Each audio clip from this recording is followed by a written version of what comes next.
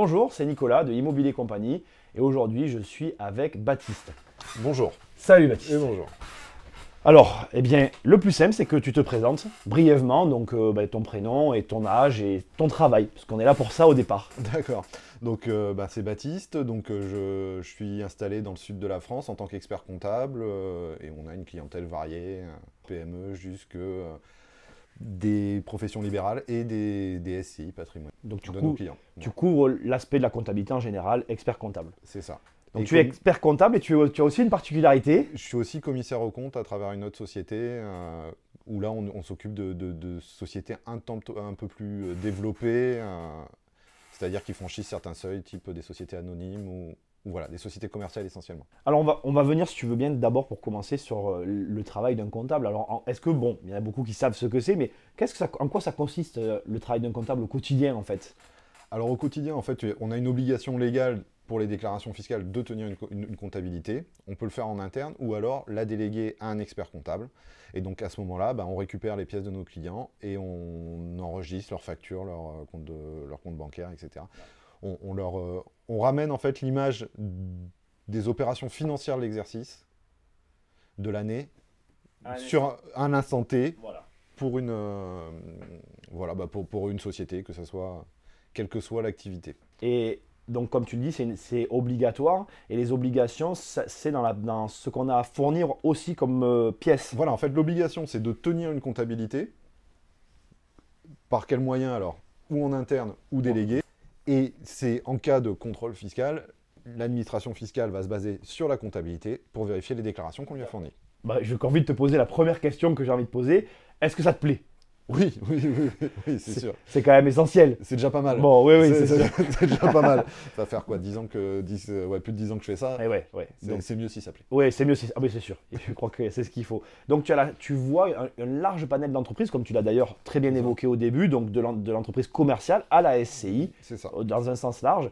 Aujourd'hui, parmi toutes les structures qui existent sur le marché français, si tu y en avais une qui devrait ressortir selon toi, ça serait laquelle? Comment ça? Laquelle tu conseillerais? Allez, par exemple, je veux dire un entrepreneur qui se lance, tu dirais laquelle? Alors, je sais ce que tu vas me dire, ça dépend du client, mais est-ce qu'il y en a une pour toi qui a quand même un avantage pour quelqu'un qui commence? Alors, en fait la grosse question, c'est ça, c'est commencer. En fait, quand on commence, toutes les structures peuvent être intéressantes. Là, on est plus sur le travail, on va dire, d'un avocat, donc d'un juriste. Mais quand on commence au niveau, on va dire, activité professionnelle, le type de structure dépend essentiellement de l'activité. Donc, on pourra avoir on va dire, une activité classique, une petite EURL ou une petite SARL, c'est très bien. Mais pour des activités, même si c'est un commencement, la SAS peut apporter aussi beaucoup d'outils. Mais c'est plus un problème juridique et un problème... La manière dont ça commence et qu'est-ce qu'on veut, où on veut aller. Tu as dit quelque chose de très intéressant. Tu as dit on est plus sur le travail de l'avocat. C'est ça. Alors, pour le coup, je fais partie de ceux-là. Il y a des années de ça, j'allais voir le comptable pour avoir ce genre de conseils. Donc, tu es en train de dire que c'est pas forcément le travail d'un comptable? Je dis pas que c'est pas forcément le travail d'un comptable, mais je dis qu'on est un peu le généraliste, on va dire. Vous voyez les médecins, il y a le généraliste, on fait un peu de tout. Et fondamentalement, quand il y a des problèmes juridiques, c'est mieux d'aller voir le spécialiste. Et là, on a un avocat qui fait ça très bien. Donc, premier conseil, pour la structure, allez voir un avocat. C'est ça. Pour la création, ça peut se faire en partenariat entre l'expert comptable et l'avocat, mais je trouve que l'aide de l'avocat est quand même une aide inestimable et c'est sa spécificité et sa compétence. Donc toi, ton travail, c'est les chiffres. C'est ça. D'accord. Moi, voilà, j'ai un secteur qui est beaucoup plus... qui est restreint. Voilà. Moi, je suis sur le chiffre. J'ai une connaissance sur le juridique, mais je ne suis pas un expert en juridique. Voilà. Tu gères notamment, alors c'est le travail du comptable, tout ce qui est salarial. Aussi, mais là pareil, je considère que éditer un bulletin, faire un bulletin, ça peut être le travail de l'expert comptable. Faire un contrat de travail, c'est un travail de l'avocat. Je pars du principe que voilà, on doit travailler. Moi, je travaille beaucoup en coopération avec des avocats. Pour moi, l'avocat a son domaine de compétences, on a le nôtre, on a un domaine on a des clients qui sont les mêmes.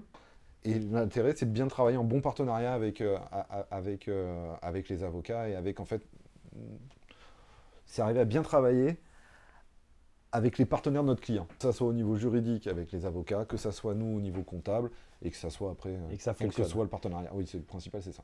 Un comptable accompagne donc son client dans toute la vie de son entreprise. Oui.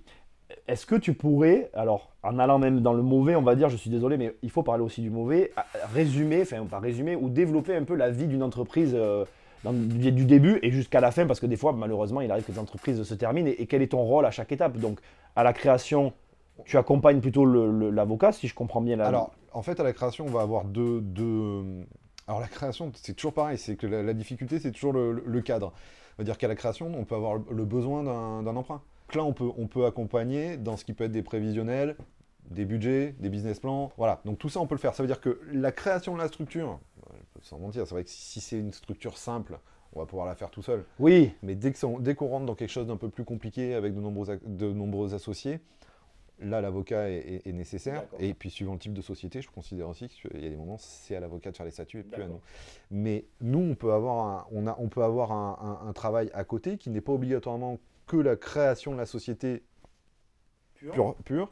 C'est l'aide à la création du projet, au prévisionnel sur le projet et à produire des documents, des business plans conformes et recevables pour la banque. C'est ça. Ça, c'est le début d'un projet. C'est ça, avec le besoin de financement. Donc après, dans le cadre de la vie de l'entreprise, on va dire l'obligation. La comptabilité qu'on tient dans le cadre des déclarations, etc. Mais on peut avoir des conseils en investissement. Mais là, on est dans du prévisionnel. On peut avoir aussi, si l'entreprise se porte bien, des missions d'audit pour des évaluations de société. Ça, c'est plus durant la vie de l'entreprise maintenant. Ça, c'est durant, ouais. Voilà, on passe durant la vie de l'entreprise. C'est ça. Mais à la création, si on fait une création pour racheter, on peut aussi avoir un job d'évaluation d'entreprise.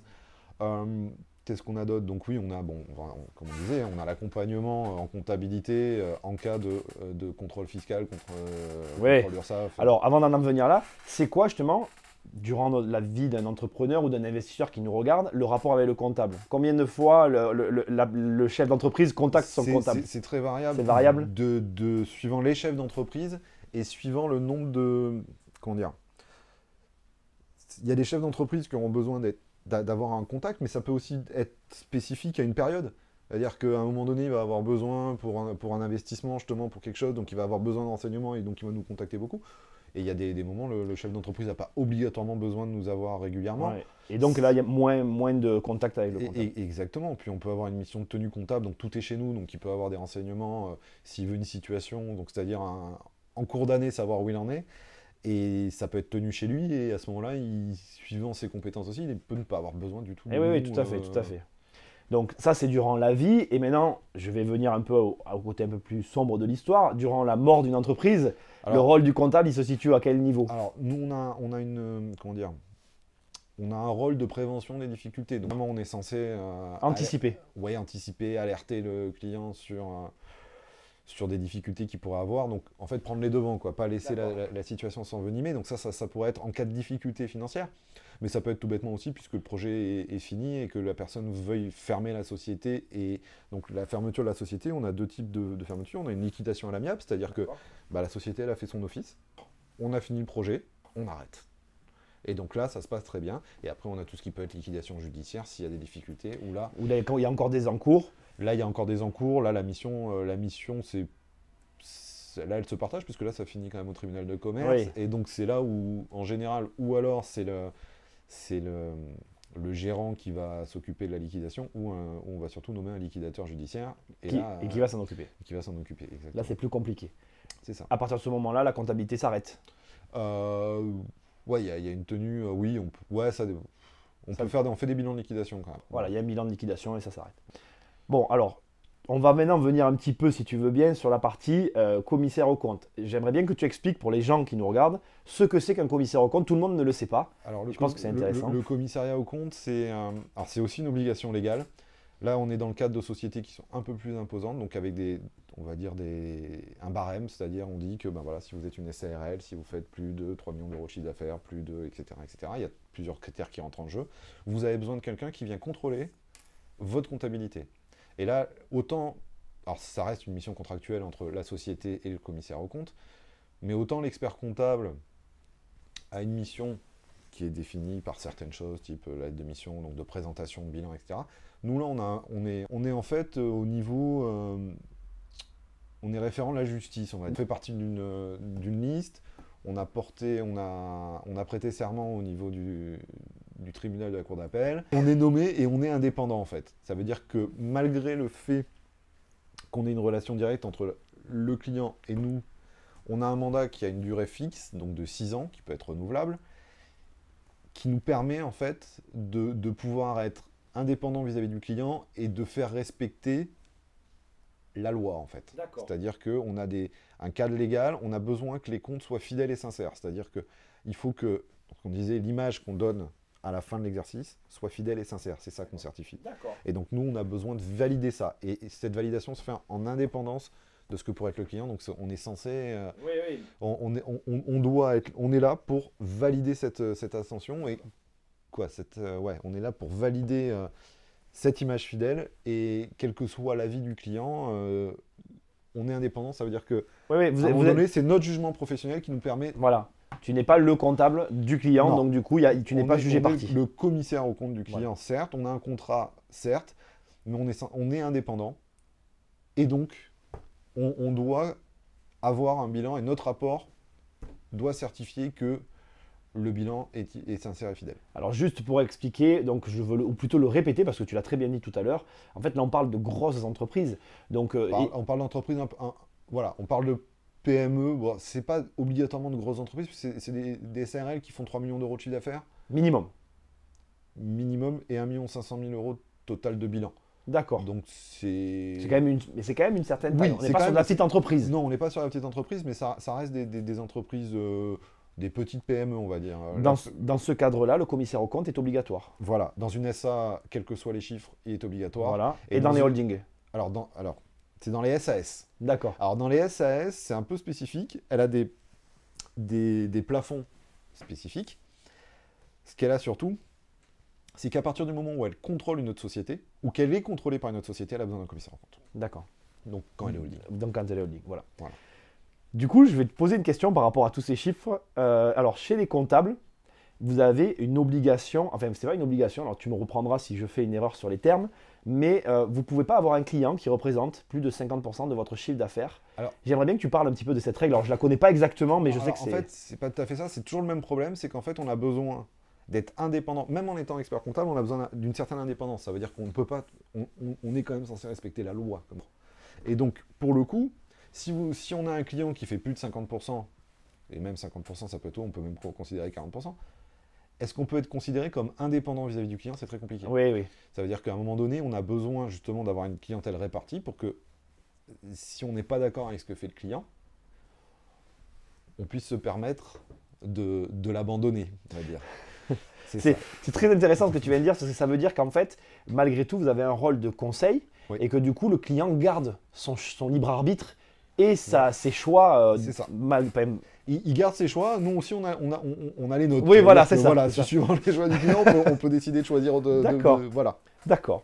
Bon, en gros, est-ce qu'on a bien résumé, selon toi, la comptabilité ou il y aurait encore des choses à dire? Non, je pense que ça correspond. Alors, tu le sais, Baptiste, moi, je suis plutôt dans l'immobilier. Oui. Donc maintenant, je vais te parler quand même un petit peu d'immobilier, parce que les gens qui nous regardent ils sont intéressés beaucoup par l'immobilier. Je vais y arriver.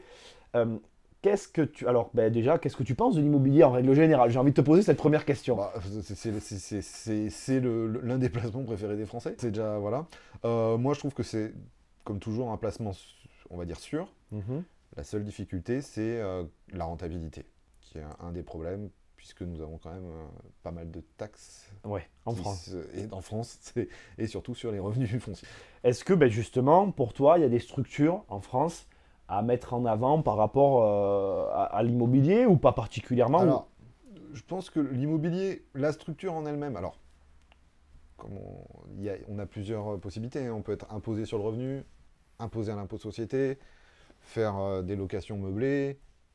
Et on a plusieurs possibilités, mais hors ce type de possibilités, ce qu'on a, c'est que pour moi, l'immobilier, la manière de créer des structures, etc., elle n'a pas qu'un intérêt fiscal.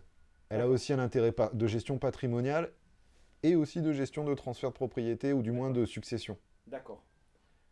Est-ce que tu parles de la SCI de manière… En l'occurrence, de toute façon, pour l'immobilier, en gros, on est dans une SCI. On est ou en individuel, oui, avec un revenu foncier classique, où là, on est propriétaire du bien et on en fait quoi?